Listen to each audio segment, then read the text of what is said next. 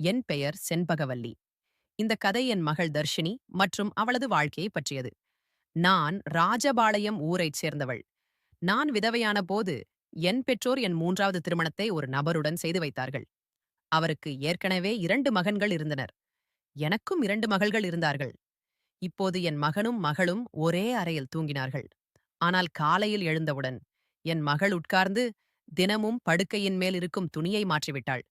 பிறகு என்னிடம் சொல்லாமல் பழைய படுக்கையின் மேல் இருக்கும் துணியை துவைத்துவிட்டு தானே குளிக்கச் சென்று விடுவாள். பலமுறை என் மகள் மயக்கமும் அடைந்தாள். அவள் நாளுக்கு நாள் மிகவும் பலவீனமாகிக் கொண்டிருந்தாள். ஒரு நாள் காலையில் எழுந்து நான் சீக்கிரமாக என் மகளின் அறைக்குச் சென்று விட்டேன். ஆனால் முன்னால் இருந்த சூழ்நிலையை பார்த்து நான் வெட்கத்தில் மனமுடைந்து கண்ணீர் விட்டேன். இறைவா, இப்படிப்பட்ட காட்சியை எந்த தாய்க்கும் காட்டாதே என்று மனதில் ஒரே ஒரு விஷயம்தான் தோன்றியது. ஏனென்றால் அது என் மகளும் மகனும். நான் திருமணமாகி 3 வருடங்களிலேயே விதவையாகிவிட்டேன். அப்போது என் வயது 10வது. ஏனென்றால் என் பெற்றோர் எனக்கு 17 வயதிலேயே திருமணம் செய்து வைத்து விட்டார்கள். நான் என் பெற்றோருக்கு 2வது மகள். ஆனால் நான் அவர்களுக்கு ஒரு பெரிய சுமையாக இருப்பதாக உணர்ந்தேன். நான் அவர்களின் மகளே இல்லை என்று நினைத்தேன். நான் பிறந்த பிறகுதான் என் அம்மா எந்த மகிழ்ச்சியையும் காணவில்லை. என் அப்பாவுக்கோ மகன் மீது அதிக ஆசை இருந்தது. அதனால்தான் அவர் என்னை விரும்பவில்லை. எப்போதும் என்னிடமிருந்து விலகியே இருந்தார். மனதார என்னை நேசிக்கவில்லை. அவர் என்னை தனதாகவே கருதவில்லை. என் மீது மிகவும் கோபப்பட்டார். சில குடும்பச் சக்திகள் காரணமாக என் தந்தையால் 2வது திருமணம் செய்து கொள்ளவும் முடியவில்லை. இந்த காரணத்திற்காகவே அவர் என்னை மிகவும் வெறுத்தார். எப்போதும் என்னிடம் கண்டிப்பாகவே பேசினார். இதன் காரணமாகவே அவர் என் திருமணத்தையும் சீக்கிரமாகவே செய்து வைத்துவிட்டார். என் கணவர் அரசுப் பள்ளியில் ஆசிரியராக இருந்தார். எங்களுக்கு 4 வயதில் ஒரு மகளும் இருந்தாள். ஆனால் ஒரு நாள் பள்ளியிலிருந்து வரும்போது வழியில் அவருக்கு விபத்து ஏற்பட்டு இடத்திலேயே அவர் இறந்துவிட்டார். அவர் என்னை விட்டு பிரிந்து விட்டார். அந்த நாள் எனக்கு ஒரு ஊழிக்காலத்தை விட குறைவாக இல்லை. என் மீது பிரச்சனைகள் மலை போல் விழுந்தன. சில நாட்கள் கழித்து என் மாமனாரும் என்னை என் பெற்றோர் வீட்டிற்கு அனுப்பிவிட்டார். ஒருவேளை என் மீதும் அவருக்கு சுமையாகத்தான் இருந்தேன். அவரும் என்னை நன்றாக எண்ணவில்லை. அவர் எண்ணத்தில் நான் அபசகுணமான பெண். நான் தான் அவர் மகனை கொன்றது போல. அப்பிறகு நான் அமைதியாக என் பெற்றோருடன் அவர்கள் வீட்டிற்கு வந்துவிட்டேன். என் பெற்றோரும் என்னை சுமையாகத்தான் கருதினார்கள். நான் என் மகளை கட்டிப்பிடித்து தனியாக தனியாக நிறைய அழுதேன். பிறகு சில நாட்கள் கழித்து என் பெற்றோர் என் 3வது திருமணத்தை ஒரு நபருடன் செய்து வைத்தார்கள். அவருக்கு ஏற்கனவே 2 மகன்கள் இருந்தனர். எனக்கும் 2 மகள்கள் இருந்தார்கள். நாங்கள் இருவரும் ஒரே மாதிரி இருந்தோம். அதனால் எங்கள் திருமணம் நடந்தது. இல்லையென்றால் எனக்கு நல்ல சம்பந்தங்களும் வரவில்லை. அவருடைய மகன் என் மகளை விட 2 வயது இளையவன். அவருடைய மகனின் பெயர் ரவிக்குமார். என் மகளின் பெயர் தர்ஷினி. நாங்கள் ஒன்றாகச் சேர்ந்து சாப்பிட ஆரம்பித்தோம். நேரம் இப்படியே கடக்கத் தொடங்கியது. பார்த்து பார்த்து தர்ஷினிக்கு 18 வயதாகிவிட்டது. ரவிக்குமாருக்கு 14 வயதாகிவிட்டது. ரவிக்குமாரின் தந்தை இறந்து போனார். அவரும் இந்த உலகத்தை விட்டு நிரந்தரமாக எங்களை விட்டு பிரிந்து விட்டார். அதாவது என் 2வது கணவரும் நிரந்தரமாக எங்களை விட்டு பிரிந்து விட்டார். அவருக்கு எப்போதுமே உடம்பு சரியில்லாமல் இருந்தது. பலவிதமான நோய்கள் அவரை பிடித்துக் கொண்டிருந்தன. ஆனால் அவருடைய நோய்களுடன் எப்படியோ வாழ்க்கை நடந்து கொண்டிருந்தது. அவர் போன பிறகு வீட்டின் அலங்காரமே பறந்துவிட்டது போல் இருந்தது. எங்களுக்கு சொந்த வீடு இருந்ததால் வாடகை கவலை இல்லை. என் வீட்டிலேயே ஒரு சிறிய மளிகை கடையும் இருந்தது. ஒரு நாள் நாங்கள் எல்லோரும் தூங்கிக் கொண்டிருந்தோம். பிறகு திடீரென்று பலமான சத்தம் கேட்டது. என் நெஞ்சு நின்று போனது. நான் மிகவும் பதறிப் போனேன், பயந்து போனேன். சத்தம் ரவிக்குமாரின் அறையிலிருந்து வந்ததை பார்த்தேன். நான் அவனுடைய அறையை நோக்கி ஓடினேன். பார்த்ததும் ஆச்சரியமடைந்து விட்டேன். அறையின் கூரை விழுந்து விட்டது. இதை பார்த்து நான் பயந்து போனேன். ரவிக்குமார் இந்த கூரையின் அடியில் சிக்கிக் கொண்டானோ என்ற பயம் வந்தது. நான் அருகில் சென்று பார்த்தபோது ரவிக்குமார் அங்கு இல்லை. அவன் குளியலறைக்குச் சென்றிருக்கலாம். அதனால்தான் அவன் உயிர் தப்பியது. ஏனென்றால் அவன் அறையின் கூரை விழுந்துவிட்டது. ரவிக்குமாருக்கு எந்த காயமும் ஏற்படவில்லை என்று நான் கடவுளுக்கு நன்றி கூறினேன். அவனுக்கு ஏதாவது நடந்திருந்தால் அவனுடைய இறந்து போன தந்தைக்கு நான் என்ன முகத்தை காட்டியிருப்பேன்? ஆனால் இப்போது எங்களிடம் அந்த கூரையை மீண்டும் போடும் அளவுக்கு பணமில்லை. அறை மொத்தமும் பாழாகிவிட்டது. முழு கூரையும் விழுந்துவிட்டது. நாங்கள் அதை அப்படியே விட்டுவிட்டோம். அதன் பிறகு நான் எனக்காக என் படுக்கையை சமையலறையிலேயே போட்டுக்கொண்டேன். அறையில் 2 குழந்தைகளையும் தூங்கச் சொன்னேன். என்றால் வெளியே மிகவும் குளிராக இருந்தது. வெளியில யாரும் தூங்க முடியாது. அறையில் ஒரு கட்டில் மற்றும் ஒரு கட்டில் மட்டுமே இருந்தது. 2 பேர் கூட மிகவும் சிரமப்பட்டுத்தான் தூங்க முடியும். இப்போது அவர்கள் இருவரும் ஒரே அறையில் தூங்கினார்கள். கட்டாயம் என்ன செய்ய முடியும்? அறையில் கடை இருந்தது. என் கணவர் வீட்டில் 5 அறைகள் தான் கட்டியிருந்தார். சரி, நாங்கள் 3 பேர் என்ற கணக்கில் அறைகள் சரிதான். ஆனால் 2 அறைகள் கிடைக்கும் அவசியமாக இருந்தது. இப்போது கட்டாயம் என்ன செய்ய முடியும்? வாழ்க்கை நடத்தத்தானே வேண்டும். ஒரு நாள் என் மகன் மகளுடைய அறையில் தூங்கினான். காலையில் ஏதோ நடந்தது. நான் திகைத்துப் போனேன். ரவிக்குமார் காலையில் எழுந்து காலை உணவு சாப்பிட உட்கார்ந்து விட்டான். ஆனால் தர்ஷினி இன்னும் தூங்கிக் கொண்டிருந்தாள். அவள் இத்தனை நேரம் வரை தூங்கியதே இல்லை. ஆனால் இன்று அவள் ஏன் இத்தனை நேரம் தூங்கிக் கொண்டிருந்தாள்? அவளுடைய பழக்கம் காலையில் சீக்கிரம் எழுந்து விடுவதுதான். நான் அவளை கூப்பிட்டும் அவள் எழுந்திருக்கவில்லை. சிறிது நேர பயத்திற்குப் பிறகு நான் அவள் அறைக்குச் சென்று அவளை பார்த்தபோது அவள் மயக்கமடைந்து விட்டது தெரிந்தது. நான் மோசமாக பயந்து போனேன். அவளுக்கு என்னாயிற்று என்று உடனேயே நான் ரவிக்குமாரிடம் சொன்னேன். பக்கத்தில் இருக்கும் டாக்டரை வீட்டிற்கு அழைத்து வா என்று. டாக்டர் வீட்டிற்கு வந்து, இவள் மயக்கமடைந்து விட்டாள். பெண் மிகவும் பலவீனமாக இருக்கிறாள். இரத்தமும் குறைவாக இருக்கிறது. எந்த கனமான வேலையும் இவளைச் செய்ய வைக்காதே. ஓய்வு எடுக்கச் சொல். பழங்கள், நல்ல உணவு கொடு. சரியாகிவிடும் என்றார். தர்ஷினிக்கு சுய உணர்வு வந்தபோது நான் அவளிடம் சென்று, உனக்கு என்ன ஆயிற்று என்று கேட்டேன். அதற்கு அவள் சொன்னாள், இப்படியே உட்கார்ந்திருக்கும் போதே எனக்கு தலைச்சுற்றல் வந்தது. நான் மயக்கமடைந்து விட்டேன் என்றாள். நான் என் மகளிடம் சொன்னேன், நீ ஓய்வு எடு. நான் உனக்கு காலை உணவு தயாரித்துக் கொண்டு வருகிறேன். நான் காலை உணவை எடுத்துக் கொண்டு வந்து பார்த்தபோது அவள் அவள் அறையில் இல்லை. அறையின் கட்டிலில் படுக்கையின் மேல் இருக்கும் துணியும் இல்லை. நான் வெளியே சென்று அவளை பார்த்தபோது அவள் இந்த படுக்கையின் மேல் இருக்கும் துணியை கழுவிக் கொண்டிருந்தாள். நான் அவளிடம் கேட்டேன், நீ ஏன் இந்த படுக்கையின் மேல் இருக்கும் துணியை கழுவுகிறாய்? உனக்கு உடம்பு சரியில்லை. டாக்டர் உன்னை ஓய்வு எடுக்கச் சொன்னார். நான் அவள் மீது மிகவும் கத்தினேன். இங்கிருந்து எழுந்து உன் அறைக்குப் போ. காலை உணவு சாப்பிடு. ஏதாவது சாப்பிடு. குடி. அப்போதுதான் சரியாவாய் என்றேன். அவள் சொன்னாள், இல்லை இல்லை, எனக்கு இந்த படுக்கையின் மேல் இருக்கும் துணி கண்டிப்பாக வேண்டும்.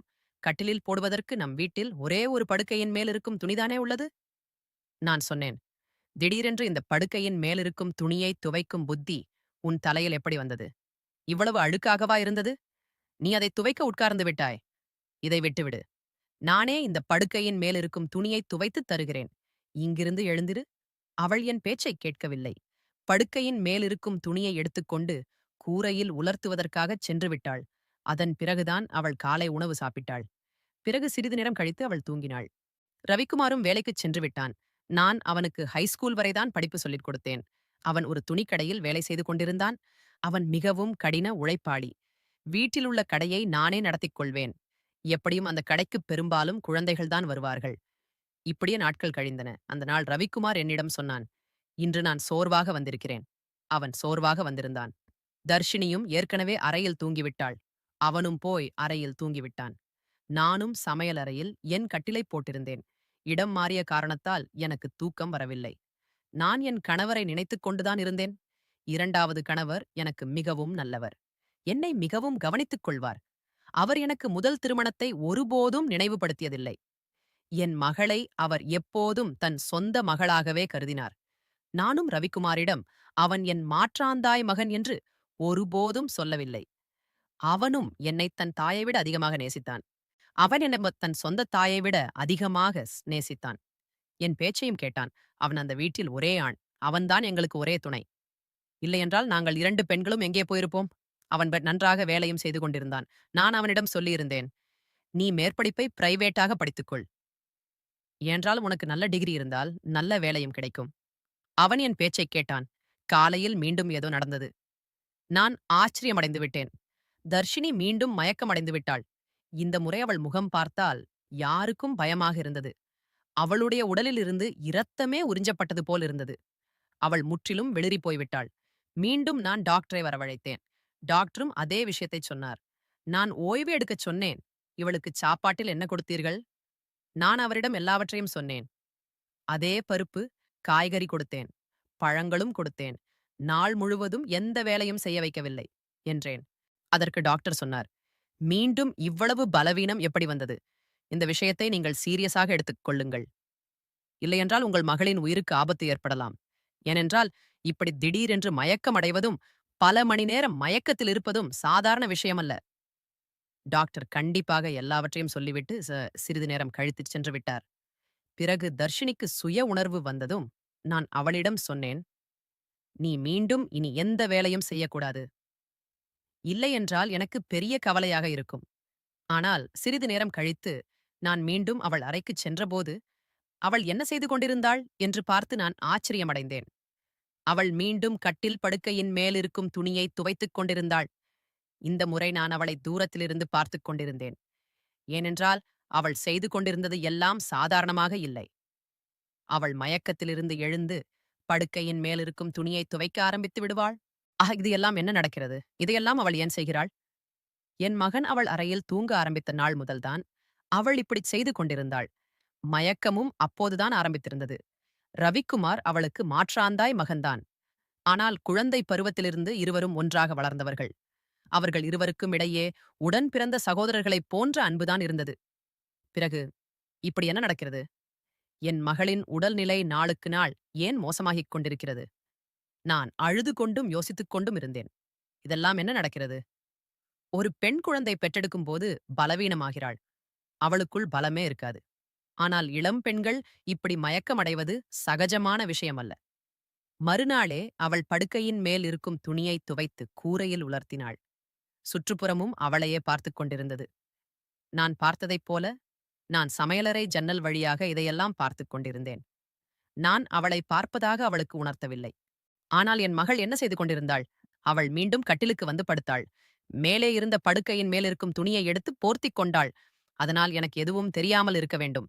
கீழே படுக்கையின் மேலிருக்கும் துணி இருக்கிறதா இல்லையா என்று எனக்கு தெரியாது. நான் அவளுக்கு காலை உணவு கொடுத்து மருந்தும் கொடுத்தேன். கடை சரியாக நடக்கவில்லை. எங்கள் கடைக்கு பெரிய வாடிக்கையாளர்கள் யாரும் வரவில்லை. குழந்தைகள் மட்டுமே மிட்டாய் மற்றும் டாப்பீஸ் வாங்க வருவார்கள். தன் 20 ரூபாய் கொடுத்துவிட்டு போவார்கள். இப்படியெல்லாம் வேலை நடக்கப் போவதில்லை. நான் மிகவும் கவலையாக இருந்தேன். ஆனால் இந்த விஷயத்தை நான் என் குழந்தைகளிடம் சொல்லவே இல்லை. ரவிக்குமாரிடமும் எதுவும் சொல்லவில்லை. ஏனென்றால் அவன் ஏற்கனவே வேலை செய்து கொண்டிருந்தான். இப்போது இப்படி நான் இந்த விஷயத்தைச் சொன்னால் அவன் இன்னும் அதிகமாக கவலைப்படுவான். ஆனால் நானே மிகவும் கவலையாகிவிட்டேன். மேலும் டாக்டர் சொல்லியிருந்தார், மகளுக்கு நல்ல பொருட்கள் கொடுங்கள் என்று. ஆனால் வீட்டில் பருப்பு, ரொட்டிக்கு கூட பணம் இல்லை. வீட்டுச் செலவு செய்வது மிகவும் கடினமாக இருந்தது. ஆனால் ஒரு நாள் மிகவும் வித்தியாசமான ஒன்று நடந்தது. நான் என் மகன் ரவிக்குமாரும் தர்ஷினியும் சில பேச்சுக்களை பேசிக் கொண்டதைக் கேட்டேன். அது எனக்கு ஒன்றுமே புரியவில்லை. என் மகன் சொன்னான், நீ இப்போதே உடம்பை கெடுத்துக் கொண்டாய். இப்படியெல்லாம் நடக்காது. உனக்கு இவ்வளவு சிரமமாக இருந்தால் நாம் இதெல்லாம் செய்ய முடியாது. என் மகள் சொன்னாள், இல்லை, நான் இந்த வேலை செய்ய வேண்டும். இப்படிப்பட்ட வாய்ப்புகள் மீண்டும் மீண்டும் கிடைக்காது. எனக்கு என்ன தெரியும்? எனக்கு இப்படியெல்லாம் நடக்கும் என்று எனக்குள்ளே இவ்வளவு பலம் கூட இல்லை என்று எனக்கு தெரியாது. என் மகன் சொன்னான், இப்போதாவது உனக்கு தெரிகிறதா? நான் உன் உயிரை பணயம் வைக்க முடியாது. அதற்கு என் மகள் சொன்னாள், இல்லை, 3, 6 வாரங்கள்தான். அதற்குப் பிறகு இந்த வாய்ப்பு கிடைக்காது. இதெல்லாம் என்ன நடக்கிறது? எனக்கு ஒன்றுமே புரியவில்லை. இவர்கள் இருவரும் என்ன பேசிக் கொள்கிறார்கள்? ஒரு நாள் நான் இப்படி ஒன்றை பார்த்தேன். பார்த்து நான் அதிர்ச்சி அடைந்தேன். காலையிலேயே என் மகள் படுக்கையின் மேலிருக்கும் துணியை மீண்டும் துவைத்து கூரையில் உலர்த்திவிட்டு ஒரு பக்கத்தில் நின்று வாந்தி எடுத்துக் கொண்டிருந்தாள். நான் சொன்னேன், உனக்கு என்ன ஆயிற்று? அவள் பதறிப் போய்ச் சொன்னாள், திடீரென்று என் வயிறு கெட்டுவிட்டது. நான் சொன்னேன், இதற்கு என்ன அர்த்தம்? வயிறு கெட்டுவிட்டதா? நீ என்ன சொல்கிறாய்? இப்படியெல்லாம் நடக்கிறதே. மீண்டும் மீண்டும் படுக்கையின் மேலிருக்கும் துணியை ஏன் துவைக்கிறாய்? என்னிடம் என்ன மறைக்கிறாய்? நீ ஏதாவது தவறான செயல் செய்திருப்பதாக எனக்கு தெரிந்தால், அதனால் என் மானமும் உன் மானமும் கேள்விக்குள்ளாகும். கும்படி இருந்தால் நான் உன்னை ஒருபோதும் மன்னிக்க மாட்டேன். என் மகள் ஆச்சரியமடைந்து விட்டாள். அவள் சொன்னாள், அம்மா, நீங்கள் என்ன மாதிரியான பேச்சுக்களை பேசுகிறீர்கள்? இப்படி எதுவும் இல்லை. நீங்கள் நினைப்பது போல. இன்றைக்கு நீங்கள் ஏதாவது படம் பார்த்தீர்களா? அல்லது யாராவது உங்கள் காதில் என் மீது தவறாக போட்டுவிட்டார்களா? நீங்கள் இப்படி பேசுகிறீர்கள். நான் ஏன் இப்படி செய்வேன்? நான் இந்த படுக்கையின் மேல் இருக்கும் துணியை துவைத்து விட்டால் என்ன? படுக்கையின் மேலிருக்கும் துணி அழுக்காகிவிட்டது. அதனால்தான் துவைத்தேன். உங்களுக்கு என்ன தெரியும்? பல நாட்களாக என் உடம்பு சரியில்லை. மருந்து சாப்பிட்டதால் என் வயிற்றிலும் கோளாறு ஏற்பட்டிருக்கிறது. எனக்கு வாந்தி வந்தால் அதற்கு வேறு எந்த அர்த்தமும் இல்ல. என் மகள் என்னிடம் இப்படி பேசிக் கொண்டிருந்தாள். நான் அவள் முகத்தில் அறைந்து விட்டேன். அவள் தரையில் விழுந்து விட்டாள். அப்போதுதான் திடீரென்று ரவிக்குமாரும் வந்துவிட்டான். அவன் சொன்னான், அம்மா, நீங்கள் என்ன செய்கிறீர்கள்? ஏன் இவள் மீது கை வைத்தீர்கள்? அதற்கு நான் அவனிடம் சொன்னேன், ஆமாம், நான் இவளை அடித்தேன். இவள் மீது கை வைத்தேன். இப்படி நான் ரொம்ப நாட்களுக்கு முன்பே செய்திருக்க வேண்டும். ஆனால் இன்னும்